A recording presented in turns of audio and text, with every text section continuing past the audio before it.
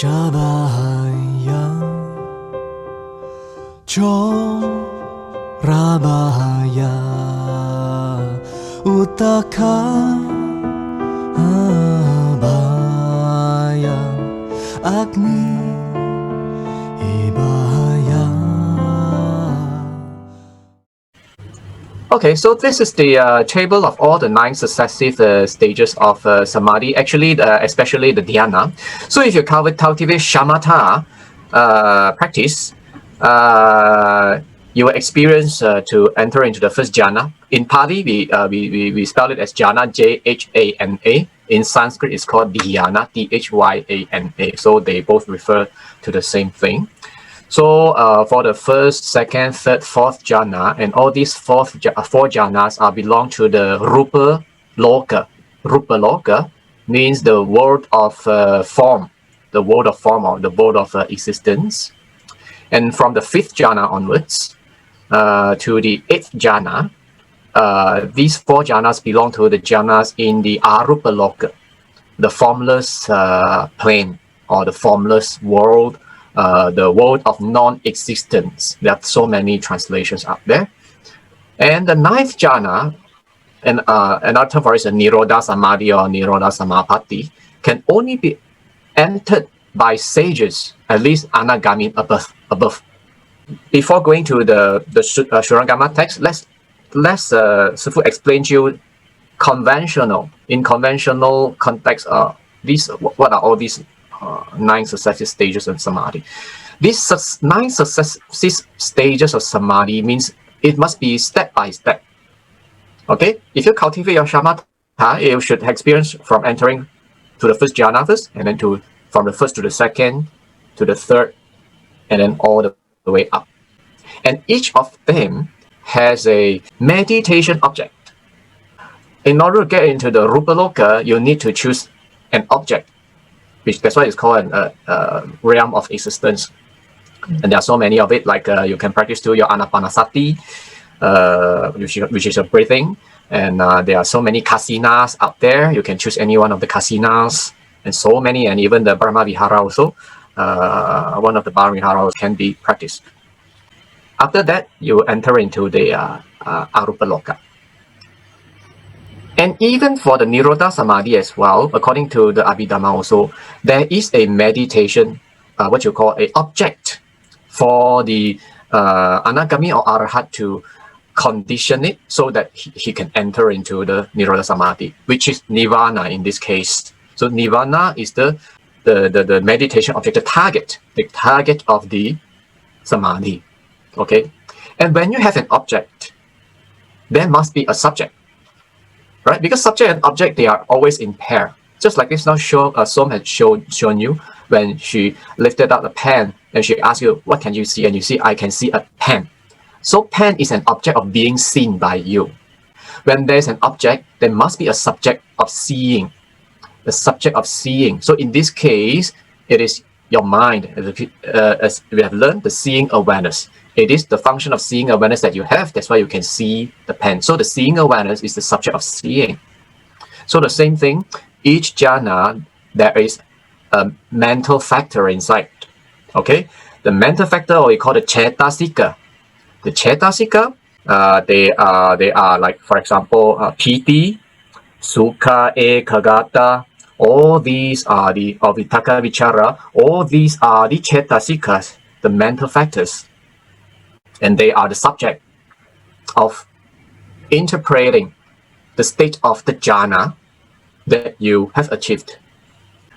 In what you call in a samsara world, if you can achieve all these jhanas up to the Nirodha Samadhi, it is very, very good.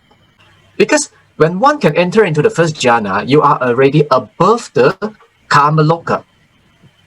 You are above the realm of desire. You are above the hell realm, hungry goes the animal realm, human realm, and even you are above the 6 desire heavens, from the Chaturraja to Maharaja heaven, the first heaven, the second heaven, the Triyashtimsha heaven, and so forth until the 6 desire heavens. You're above all the Kamaloka Devas. You're above all the Kamaloka Devas. is considered very good. But the Buddha says in the Dhammacakkappavattana Sutta, the root cause of samsara is actually tanha. Yoyam tanha ponobhavika. This tanha, which condition rebirth, okay, is actually, it is, we are taking delight. Tatra tatra abhinandini. We take delight here and there. Seya tidam kama tanha, bhava tanha, vibhava tanha. So the Buddha mentioned 3 cravings as the root cause of suffering. What are the 3 cravings? The first craving is the sensual craving, kama tanha. Sensual cravings are cravings of the of sentient beings in the desire realm. The hell realm beings also have, hungry ghost realm beings also have these sensual cravings. Animal realm also have, we human also have, and the 6th desire heaven, devas, devi, also have. They are excited by senses. The eye sense, the hearing senses, the smelling senses, and all sorts. Okay, and this is the root cause of the rebirth, ponabhavika, for the next rebirth. And the second tanha is called bhava tanha. Bhava tanha is actually the 4th jhana here. This 1st jhana to the 4th jhana are the cravings onto the meditation object. That's why actually the 1st jhana to the 8th jhana are the common subjects in between Buddhist practitioners and external yogis. It's a common subject. Even we Buddhists have to practice the jhana. And jhanas are not only Buddhist practitioners or bhikkhus or the Buddha have it. Even the external yogis, they also have the jhanas. What is the proof? The Buddha mentioned his experience of renouncing. Before he went to Bodh Gaya for his own cultivation, he met 2 gurus. Okay, the first guru he had met was Alarakalama, taught him the 7th jhana, Akinchanyatana, the 7th jhana, the place of heaven of nothing whatsoever, the jhana of nothingness, Akinchanyatana. And the Buddha, after he could achieve the 7th jhana, he reported to his guru, Alarakalama, "So, teacher, what is next?" And Alarakalama said, "This is the maximum I can teach you. There's no next." And the state of nothingness is the ultimate truth. Then the Buddha said, "No." The Buddha mentioned analak and alam kritva, means that it's not attractive. This state of nothingness should not be the ultimate state. Because when the Buddha came out from his jhana, when the Buddha came out from this 7th jhana, the things come back to his mind. But when he was in the 7th jhana, there's nothingness. He could enjoy in the bliss of the 7th jhana, Akinchayatana. That's why the Buddha said he left the first guru, Alarakalama, and he looked for the next guru, and his name is called Ramaputta. And Ramaputta taught the Buddha the 8th jhana, Neva Sanya Sanyatana. Well, the name so gorgeous. Neva Sanya Sanyatana means that the jhana of neither thought nor no thought. Well, very chim, you know? Not thinking, also not thinking. Very chim. So very, very high. And again, after the Buddha had achieved it, he also reported to the guru. So what is next? The guru said, "No, this is the maximum, the ultimate truth." The Buddha said, "No, it should not be." And that's why the Buddha said, out of no means, no more teacher could teach him. So he left the 2 gurus and he headed for Gaya to meditate on his own to find the answer. Okay, so from the 5th jhana to the 8th jhana, according to the Buddha, it is classified under the Vibhava Tanha, the 3rd craving, the craving for non-existence. Is also a craving. And according to the Buddha in the Dhammacakkappavattana Sutta, and because when you crave for nothingness, or you crave for neither thought nor no thought, this craving will give you a rebirth in the Arupaloka, the heavens of non-existence. So the heaven of non-existence is still an existence. It's still a craving. That's why we Buddhist practitioners, we have to practice jhana, but we cannot stop at that. Because the external yogis, the Buddha's previous teachers also, they could achieve until the 8th jhana, but they are still in samsara. They are still in the arupa loka. They have not attained the ultimate nibbana. That's why the Buddha recommended, actually we no need to cultivate until so high until the 8th, 7th jhana. At least the 4th jhana, the 4th or the 5th jhana is enough. And then we cultivate the vipassana. Then you can head for your home. As long as you head for home, nibbana is your home. So you have to be clear the path, the path to enlightenment. This is the model of the 3 realms, the 3 lokas. The Kama Dhatu or the Kama Loka comprises the hell realms, the desire realm, or we call it Kama Dhatu or Kama Loka. 8 cold hells, 8 hot hells. And then this is the hell realm. And then we have hungry ghost realm. And then we have animal realm. And then only comes to the human realm.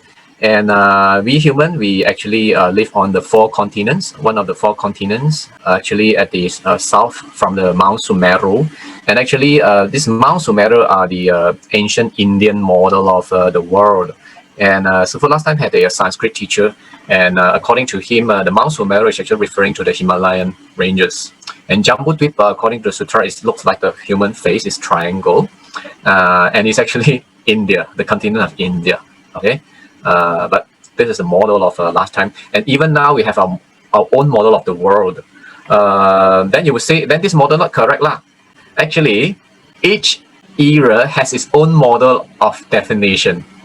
We cannot 100% say now our model of the earth is correct. Maybe 100 years later, people will say our model of the world is wrong. The globe is wrong. So everything is impermanent. And then after human, then we have the 6 desire heavens. Okay, the 6 desire heavens. The first heaven is the Chatur Maharaja heaven. Chatur Maharaja are the 4 heavenly kings. Okay, thank you. So the first layer of heaven is called heaven of the 4 great kings. And the second layer is the heaven of the 33 Triumphal heaven. This is where the Chinese god, the Yu Huang Dadi, we call the Jade Emperor stays. And according to the Mahayana Sutta, this is where Mahamaya Devi, the mothers of Prince Siddhartha, after she passed away, she got a rebirth in this Triumphal heaven. And then the 3rd heaven is called Yama heaven. And then number 4 is called Tushita Heaven. Tushita Heaven is where the what you call them, the heir of the next Buddha stays. Okay, just like Prince Siddhartha, before Siddhartha Gautam descended to Kapilavastu, the Bodhisattva actually stay in this Tushita Heaven and waiting for the right time to descend. So similar to the next Buddha, the heir of the Buddha, Maitreya Buddha, and now he's also staying in this Tushita Heaven. Tushita Heaven. Many great patriarchs, great masters, they vow to get rebirth in Tushita Heaven, like the very famous one, Xuanzang, Master Xuanzang. He vowed to get rebirth in Tushita Heaven, and also the patriarch of the Japanese Shingon Buddhism, Kukai. He also vowed to get rebirth in Tushita, so that they stay with Maitreya Bodhisattva, and when Maitreya Bodhisattva choose to descend to the world, they will come together with him to preach all the people. These are their vows. Okay. And then the 5th heaven is called the heaven of emanating happiness, and the top one is called the heaven of enjoying others' emanation freely. Means that the 5th heaven is to emanate what you call the things to enjoy. Okay, and the 6th heaven devas are higher than the 5th one, so that they don't need to emanate themselves, they just enjoy what has been emanated. Just like, okay, the energy is like the 5th heaven is like you guys are paying the tax. You work so hard paying the tax. And the 6th level is those up there enjoying what you are paying. No need to work. Something like that. So this not only happens in the human realm, it also happens in the Deva realms. something happened there. The fifth heaven, they are doing all the tedious work, emanating all the palaces, all the foods, all the enjoyments. But the sixth heaven devas, they no need to emanate. Just go and enjoy. Everything is prepared for them. Human realm also like that, right? You work so hard, you pay taxes, but up there people, they enjoy very much. So all depends on your blessings. You have more blessings, you no need to work and people work for you. If your blessings are not enough, you have to work for people. That's why this is a very fair world. Very fair world. So you want to enjoy, you have to cultivate a lot of blessings. Okay, do more danas, do more voluntary services, do more dharma propagation works, and then if your blessings are enough, one day you no need to work, people work for you, you just enjoy your retreats. Okay? So these up to this sixth heaven, they are all categorized under the karma loka. So they all up to what you call from the hell beings up to this sixth heaven, all of them have karma tanha, sensual cravings. Sensual cravings. So if you cannot overcome your sensual cravings, your vyapada, your ill will, and so forth, all the mental hindrances, you cannot get into the first jhana. Okay, first jhana, first, second, third, fourth. You cannot get into the dhyana heavens, the four dhyana heavens.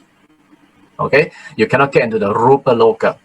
Okay, so when you get into the rupa loka, actually you have a craving. That craving, according to the Dhammacakka Pavattana Sutta, is called a bhava tanha. It's a craving for existence. Okay, but it's also a prerequisite to get into the vipassana practice. So the first jhana to the fourth jhana, although it is still a craving of existence, bhava tanha, according to the Dhammacakka Pavattana Sutta, okay, first, second, third, fourth jhana, but they are also the prerequisites to enter into your vipassana practice, which can help you to get out of samsara to attain sagehood from srotapanna to arahatship. So it's actually like a, what you call them, in Cantonese we call picking ji lo. Must pass through road lah, okay? Something like that. a compulsory checkpoint to sagehood. Okay, so although it is a craving for existence, because we have a meditation object, let's say your breathing or your kasina, you have to crave on it. You have to crave for it. Just concentrate, focus on the object. Then only you can get into the jhana. So this craving is good craving because it can help you to jump out from the karma tanha, the sensual craving, to the bhava tanha. But not enough. If you stay there, then you will become a yogi. Okay? If you stay there, then the next life you may reborn in the first until the fourth dhyana heaven. Become the devas only. Okay? The Brahma also stays there. Okay? The Brahma also stays there. Great Brahma Lord. So where Brahma stays? Brahma stays in the first dhyana heaven. Okay? First dhyana heaven. So the first dhyana heaven has three heavens. 7, the heaven of the multitudes of Brahma. 8, the heaven of the ministers of Brahma. And 9, the heaven of the great Brahma Lord. So Brahma stays at the 9th heaven if it comes from the what you call the Mahachaturaja heaven. And the second dhyana heaven also has 3. Heaven of lesser luminosity, infinite luminosity, and luminous sound. That's why the Buddha also mentioned something like luminous mind in the sutta. Okay, luminous mind in the sutta. And according to the commentary from other bhikkhu masters, they say what the Buddha says, the luminous mind is actually referring to the dhyana mind, the jhana mind. Actually, it's especially from the second jhana onwards. That's why term is called luminous sound, luminosity. Means that the devas in the second dhyana, they no need to talk one. No need to call you, no need to press. They just send a light to you, and inside the light, all the messages, the signals are inside the light. And you just receive the light and you know what the message the other deva wants to tell you.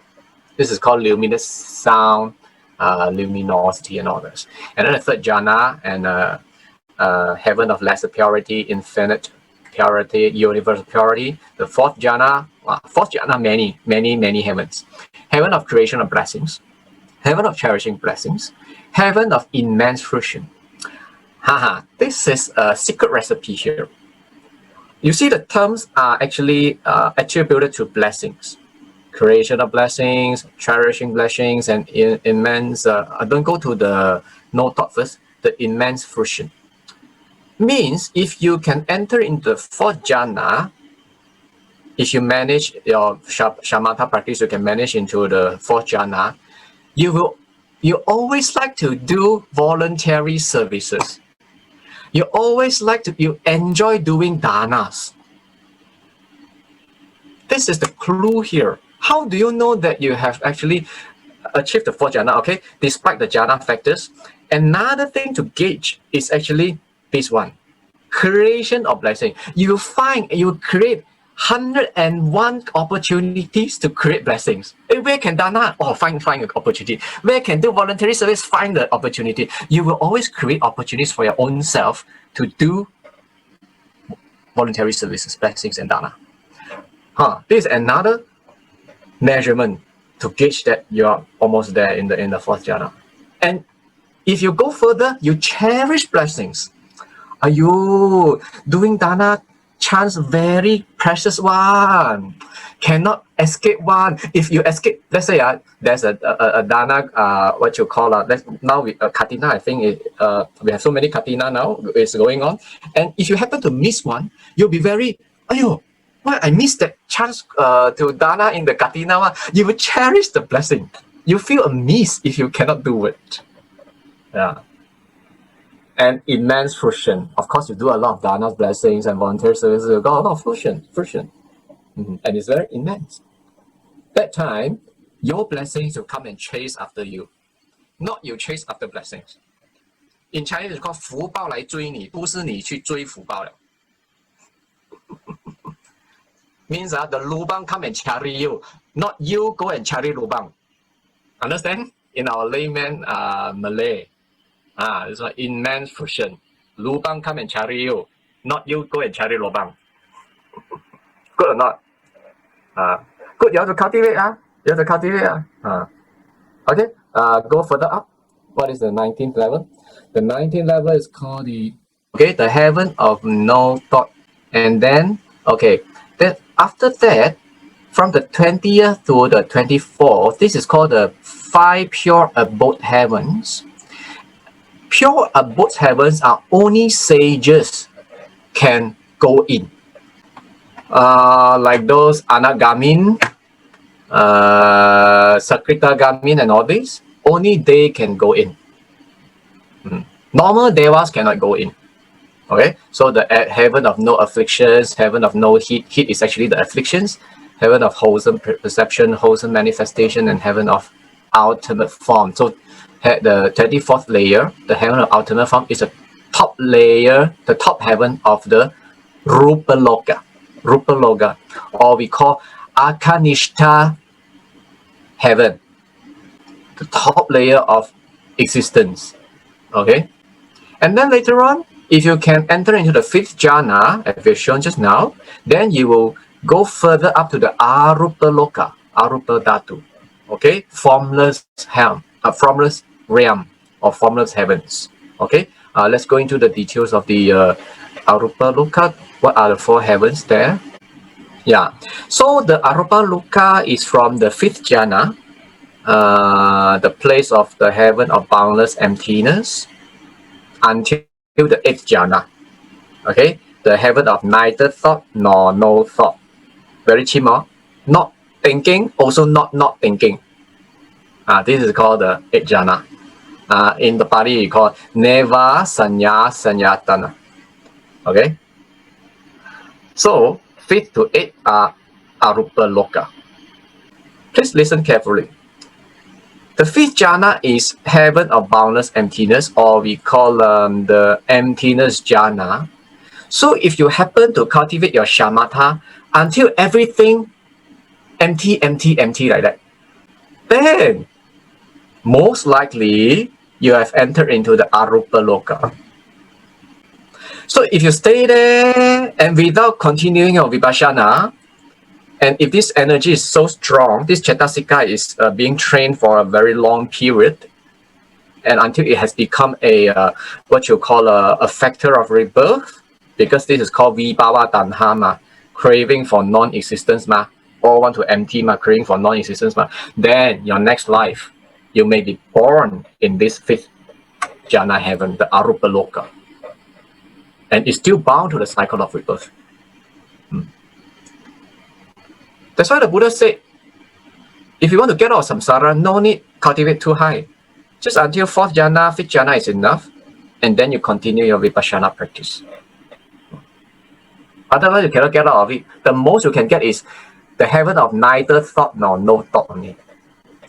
What is the state of neither thought or no thought? Neva sanya sanyatana. It's like ngong ngong like that. Ngong ngong every day gong gong. Like don't know thought or don't know got thought like that. Like that. Stay there like that. This is empty and get into empty, someone empty also cannot empty. Wow, like that. Then you go into that kind of state. That's why Sư Phụ also encounter many people like that. Every day ngong ngong, don't know talk like blur blur like that, blur blur, and then sometimes they think, oh, they are very high state already, or like very empty, like that. They enjoy the emptiness. Actually, it's a craving. It's a vibhava tanha, craving for non-existence, the Buddha said. And it's still subject to rebirth. That's why the Shurangama is talking about this just now. The Successive is talking about all these things. Okay? But you cannot don't have. You also need to cultivate this.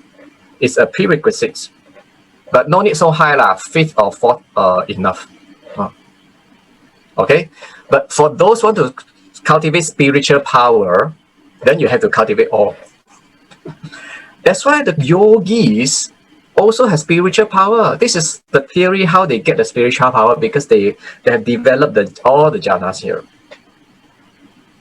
That's why the Buddha never spread the Dharma through demonstrating very great spiritual power. The Buddha will only demonstrate spiritual power when it is what you call inevitable.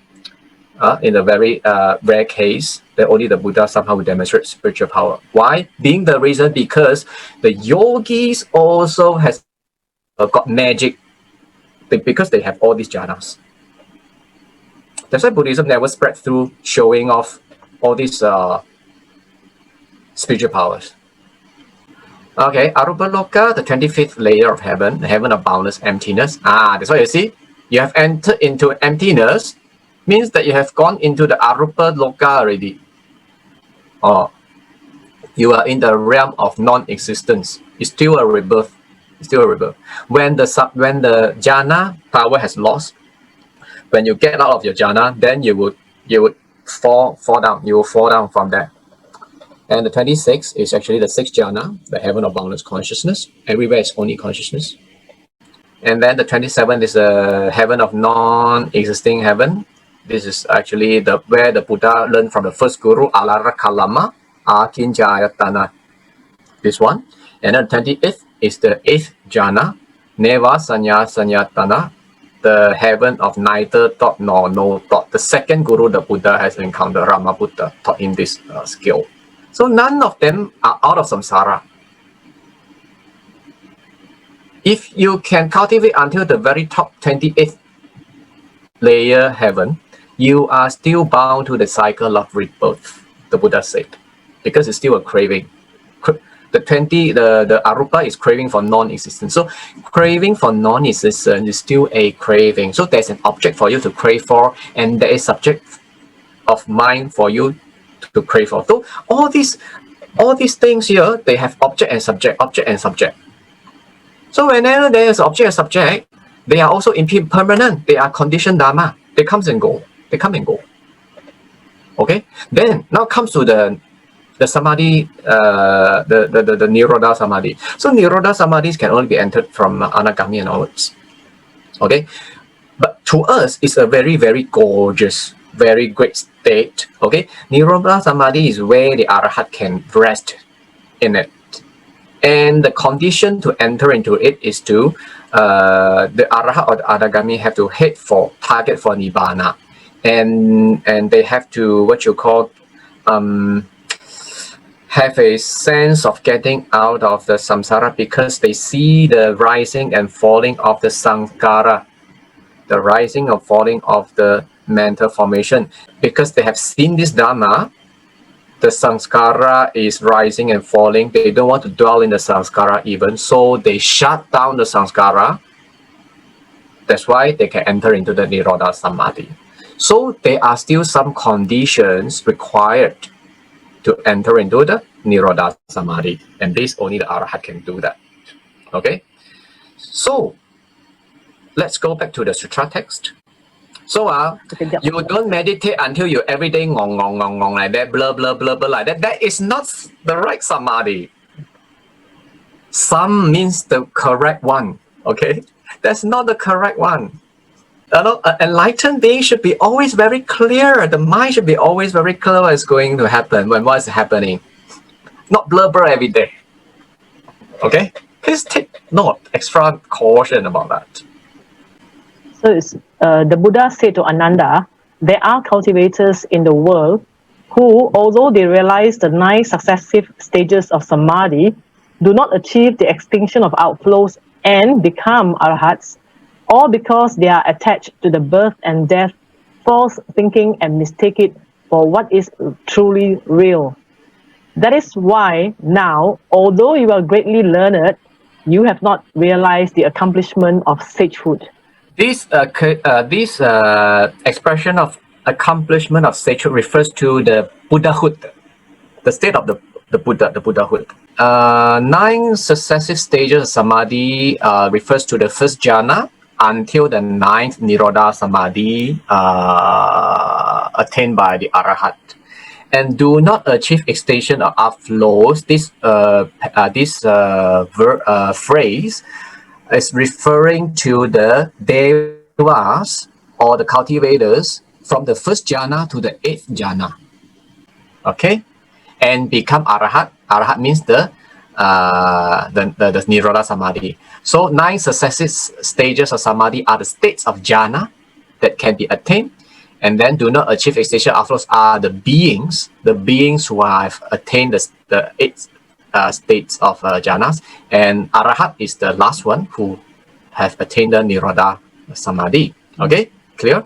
And all because the Buddha said all these devas or all the practitioners that have gained the first jhana to the 8th, including the arahat who has attained the Nirodha Samadhi, all because they are attached to the birth and the death, false thinking, and mistake it for what is truly real. Okay.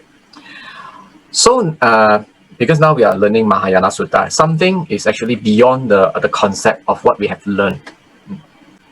If you can become an arahat, you can rest in the Nirodha Samadhi, is very good. But Nirodha Samadhi is something that can enter and can come out.